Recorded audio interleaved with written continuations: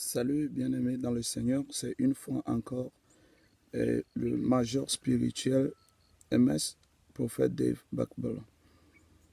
Et je veux cette soirée encore, bien en ce moment précis, te parler de quelque chose de très important. Je voudrais que tu lises ce passage biblique avec moi, qui est tiré de Genèse chapitre 41 à partir du verset 27. Genèse 41 à partir du verset 27.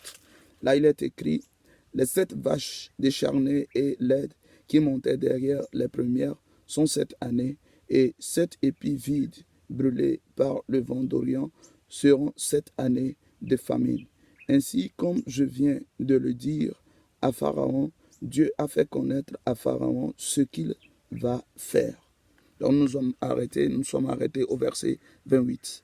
Donc, vous voyez que le dernier verset, le verset 28 dit, ainsi comme je viens de le dire, qui le parlait, c'est Joseph, ainsi comme je viens de le dire à Pharaon, Dieu a fait connaître à Pharaon ce qu'il va faire.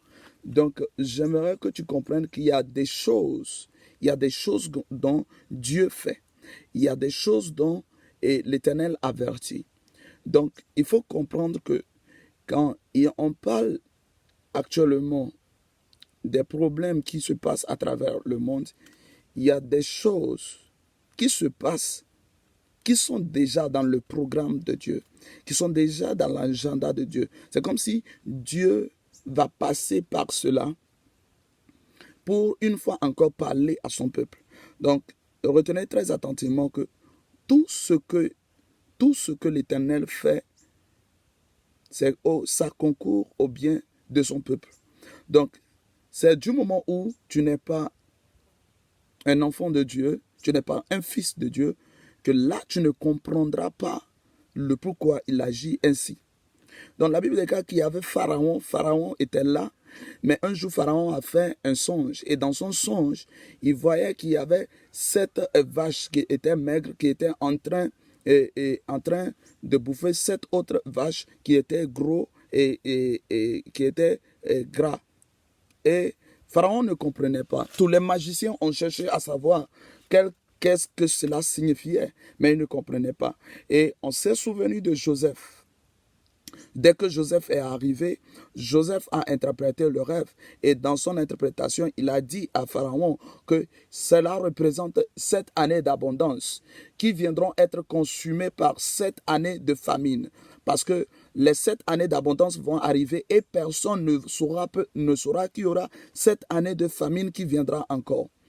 Et qu'est-ce que je veux t'enseigner en ce moment? C'est tout simplement que dans la situation actuelle que les gens sont en train de se trouver, peu de personnes comprennent l'explication de ce qui arrive. Seuls les enfants de Dieu, aguerris, avertis, savent ce que Dieu fait. Avant que Joseph n'ait l'interprétation, c'est tout simplement que Joseph est un fils de Dieu. Joseph est un enfant de Dieu. Alors, si le monde n'arrive pas à comprendre ce qui est en train de se passer tout autour, c'est tout simplement peu de personnes sont enfants de Dieu, peu de personnes sont fils de Dieu.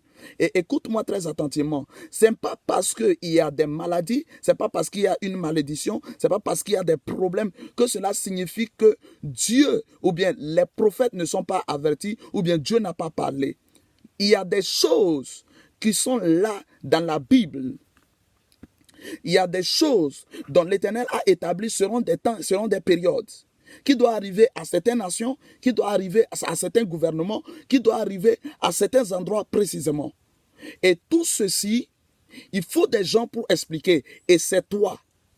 Je dis bien, c'est toi, en tant qu'un enfant de Dieu, en tant qu'un fils de Dieu, en tant qu'un serviteur, une servante de l'Éternel, c'est à toi de pouvoir interpréter ces choses.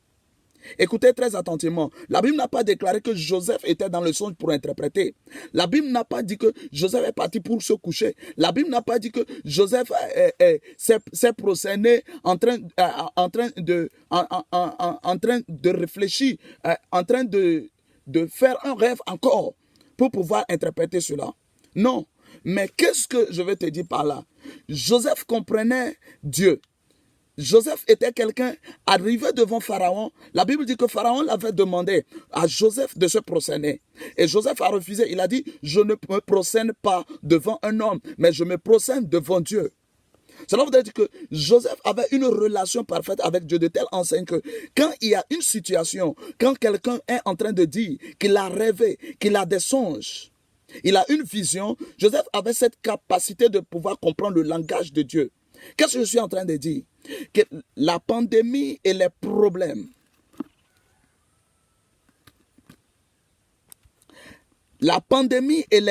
qui sont en train de se passer, suis-moi bien aimé dans le Seigneur que cela s'explique. Cela s'explique que l'Éternel voudrait que les enfants de Dieu puissent se lever et maintenant commencent par méditer. En d'autres termes, dans les textes grecs et hébreux, on appelle ça Haga. Haga qui signifie méditer ou ruminer. C'est-à-dire, il doit méditer, travailler là-dessus et comprendre qu'est-ce que Dieu voudrait. Qu'est-ce que Dieu veut pour le peuple? Qu'est-ce que Dieu veut pour ses serviteurs? Mais je comprends par là, si toi qui me suis, que par rapport à cette pandémie qui est en train de se passer, Dieu voudrait que nombreux de serviteurs n'ont qu'à se relever. Ils n'ont qu'à se mettre sur leurs pieds, commencer par prier. Ils n'ont qu'à commencer par intercéder. Même pour ceux qui sont des pécheurs. Même pour ceux qui n'arrivent pas à comprendre les signes de la fin des temps, les signes de l'enlèvement, que ces serviteurs se lèvent pour prier. Regardez, je sens parfois un mal quand il y a des gens qui peuvent accuser que tel est pécheur, c'est à cause de telle personne que l'Éternel commence par frapper. Écoute-moi, la Bible déclare que les forts soutiennent ceux qui sont faibles. Quand vous savez qu'il y a des gens qui n'arrivent pas à prier, quand vous savez qu'il n'y a pas des gens qui arrivent à intercéder, c'est notre devoir en tant que serviteur. Peu importe si tu es pasteur, prophète, apôtre, évangéliste, que tu sois un leader de l'église, que tu sois un diacre, une diaconesse d'église, c'est dans ces moments que vous devez vous lever. C'est dans ces moments que vous devez vous maintenir en prière. Pour ceux qui n'arrivent pas à prier, c'est maintenant que vous devez expliquer les choses à ceux qui n'arrivent pas à comprendre. Et la Bible dit que l'Éternel est en train de montrer à Pharaon ce qu'il va faire. Suivez très attentivement. Parce que là, Pharaon va poser une question. Il va demander à Joseph comment nous devons faire. Alors Joseph va le répondre à partir du verset 33. Il dit, maintenant que Pharaon choisisse un homme intelligent et sage et qu'il le mette à la tête du pays d'Égypte. Que Pharaon établisse des commissaires sur le pays pour lever un cinquième des récoltes de l'Égypte pendant les 7 années d'abondance, qu'il rassemble tous les produits de ces bonnes années qui vont venir, qu'il fasse sous l'autorité de Pharaon des amasses de blé, des approvisionnements dans les villes et qu'il en ait la garde. Amen. Suis-moi très attentivement. Et Pharaon avait le songe, mais Pharaon n'avait pas l'explication parce que Pharaon n'avait pas ce qu'on appelle ce qu'on appelle le toucha. Et qu'est-ce qu'on appelle en ce terme? Je ne veux pas te bourrer par certains termes que tu ne vas pas comprendre.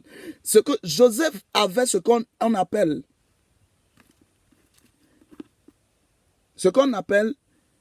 l'intelligence ou bien une sagesse qui était illuminée ou bien qui était ouverte ou bien qui était éclairée d'une dimension. C'est-à-dire Joseph avait une capacité de pouvoir voir derrière chaque parole les explications derrière chaque parole. Bien-aimé, suis-moi. Il y a des gens qui ont la capacité de pouvoir comprendre des choses derrière chaque parole qu'une personne fait sortir de sa bouche. Quand on explique qu'il y a la pandémie, d'abord, pandémie, c'est quoi? On dit épidémie, c'est quoi? Ça s'explique, bibliquement, ça s'explique. Et quand on dit que ça a quitté la Chine, ça a quitté, c'est parti au Japon, c'est parti en France, c'est parti en Amérique, c'est parti, c'est arrivé en Afrique. Qu'est-ce que cela signifie aussi? Et il y a des gens qui ont la capacité de comprendre.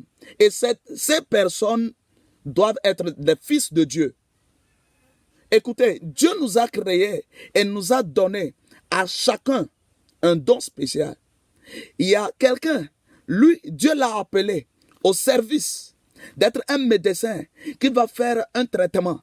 Mais il y a quelqu'un, Dieu a donné la capacité de pouvoir appréhender des choses qui sont dans le règne de l'esprit et de pouvoir les expliquer.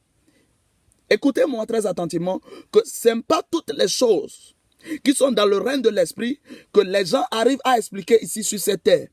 Mais toute chose qui est sur cette terre s'explique dans le règne de l'esprit. Je me répète, il y a des choses que l'on ne peut pas comprendre qui sont dans le règne de l'esprit. Des gens sur la terre n'arrivent pas à expliquer. Les gens sur la terre n'arrivent pas à démontrer. Mais les choses qui existent, toutes choses qui existent sur la terre, l'Éternel a donné la capacité à ses serviteurs et à ses servantes de pouvoir l'expliquer. Donc, toi qui m'écoutes, tu dois savoir une chose. Joseph a donné une solution. La solution à Pharaon. Pourquoi? Ceux qui avaient les yeux de pouvoir voir dans le règne de l'esprit, ceux qui pouvaient comprendre l'interprétation, ceux qui pouvaient comprendre l'explication de chaque mot, l'explication de chaque problème, c'était à eux que l'Éternel donnait aussi la clé. L'Éternel donnait aussi la solution. Et quelle solution tu dois avoir à partir de ces problèmes qui nous entourent? Laisse les docteurs, les médecins faire leur travail. Laissez-les faire leur travail. Et ceux qui sont en train de dire que les médecins sont des sorciers, ils sont de 666, ils sont de quoi et quoi. Écoute-moi très attentivement. La Bible déclare dans Actes chapitre 2, dans les derniers jours, je répandrai de mon esprit sur toute chair, vos fils et vos filles prophétiseront et vos jeunes gens auront des visions. Suivez-moi très attentivement que la prophétie a des dimensions. Il y a la prophétie de pouvoir dire quelqu'un ce qui est dans son cœur, ce qui le dérange dans son cœur et de le dire quelle est la volonté de Dieu. Qu'est-ce que Dieu voudrait qu'il puisse faire dans sa vie. Mais il y a une autre dimension que l'Éternel voudrait que dans les hôpitaux nous ayons des gens. Quand ils vont injecter, vacciner, quand ils vont attribuer des médicaments et ils remarquent que quelque chose est en train de se passer, le problème ne se résout pas, que ces personnes reviennent maintenant à la prière. Dieu voudrait que nous ayons des gens dans les sociétés, dans les gouvernements, qui sont des gens de prière, qui sont des gens qui intercèdent, des gens qui apportent la solution à travers la parole de Dieu. La solution que maintenant, l'Éternel voudrait que toi et moi, nous puissions faire. Que tu sois un évangéliste, que tu sois un apôtre, tu sois un prophète, que tu sois qui que tu sois, même à l'église, que tu sois quelqu'un de l'entretien, même que tu sois quelqu'un qui amène, qui sert le prêtre, que tu sois quelqu'un qui sert le pasteur, que tu sois quelqu'un qui sert l'apôtre ou le prophète. Je veux dire par là, même tu es membre d'église, lève-toi maintenant, mets-toi en genoux. Et je vais te dire une chose. Fais ce que tu sais faire de mieux. Qu'est-ce que nous, en tant que chrétiens, nous savons faire de mieux? Nous avons nos activités. Nous avons nos activités que nous menons. Mais devant toute activité, nous mettons Dieu d'abord. Avant que tu n'ailles au marché, tu dois te prosterner. Avant que tu sors le matin, avant d'aller faire une activité, tu dois te prosterner. Et s'il y en a qui se lèvent pour aller en train de traiter des malades, ils ne se procèdent pas. C'est tout simplement, le peuple de Dieu n'intercède pas pour conditionner la vie de ces personnes-là. Écoute-moi, aujourd'hui, tu vas trouver que ceux qui sont en train de faire ne sont pas compétents, ils ne sont pas quoi. Toi-même, tu es troublé. Suis-moi très attentivement. Tu as déjà la connaissance par rapport à ce qui va arriver. Parce que tu as eu un chemin avec Dieu. Ce n'est pas maintenant que tu vas te lever, tu vas commencer par être troublé. Lève-toi dès maintenant et commence pas méditer sur tout ce qui est en train de se passer dans ton quartier, dans ta ville, dans ta nation, que tu sois dans quel pays africain, que tu sois dans quel pays européen, que tu sois dans quel pays asiatique, toi qui écoutes ma voix, je voudrais que tu te lèves. Quand tu vas te lever, tu fais du mieux ce que tu sais faire. Il y a dans les églises ceux qui sont des intercesseurs. Il y a ceux qui sont des évangélistes. Il y a ceux qui sont des prophètes. Que le prophète prophétise aussi. Dans la dimension dans laquelle Dieu l'a appelé, qu'il prophétise contre cette pandémie, qu'il prophétise sur sa nation, qu'il prophétise sur son pays, qu'il prophétise sur le peuple. Et toi qui es évangéliste, commence par ramener les cœurs de ceux qui sont perdus. Commence par les ramener. Et toi qui es membre d'église, tu es intercesseur, ou bien même si tu es dans quel corps d'église, plie tes genoux, commence par intercéder. Autrement dit, je voudrais que le corps du Christ revienne à l'unité. C'est parce que dans le corps du Christ, les gens sont divisés qui n'arrivent plus à comprendre le langage de Dieu. Dieu, quand il parle, quand Dieu parle, ses enfants doivent l'écouter. La première étape dans la dimension prophétique n'est que écouter, apprendre à écouter la voix de Dieu. C'est comme si, quand un enfant naît aujourd'hui, sa maman l'apprend le langage. Tu vas voir, la maman est là-bas, chaque temps en train de l'apprendre. Elle parle des gestes, un langage. Parce que la maman, ou bien les parents voudraient que l'enfant n'a qu'à comprendre très tôt leur langage. Et vous voyez, quand vous êtes en train de parler, ton enfant fait 2 ans, 3 ans. Tu parles et l'enfant ne peut pas te répondre. L'enfant ne peut pas t'écouter. Tu vois que l'enfant a un problème. Aujourd'hui, ce que je veux t'enseigner est quoi? Que le corps du Christ revienne à l'unité. Et que maintenant, commençons par méditer. Car l'Éternel nous a déjà ouvert les yeux de comprendre. Maintenant, c'est à nous d'apporter les solutions. Ne sois pas là en train d'être assujetti par ces WhatsApp, par ces Facebook, dont à tout moment on va t'envoyer des messages qui t'assujettissent. Toi, enfant de Dieu, toi, un chrétien, tu es en train de prendre. Il y a des nouvelles même qui ne sont pas véridiques. Il y a des informations même qui ne sont pas véridiques. Tu prends aussi toi-même, tu envoies. Il faut arrêter cela. Lève-toi maintenant et que ton esprit s'éveille. Que ton esprit s'éveille maintenant là où tu es. Il y a des hommes de Dieu actuellement même qui sont troublés.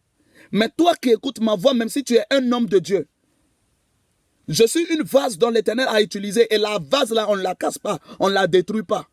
Je veux dire, l'œuvre qu'on fait en tant qu'homme de Dieu, ce n'est pas en vain. C'est pourquoi je vais t'encourager, te fortifier.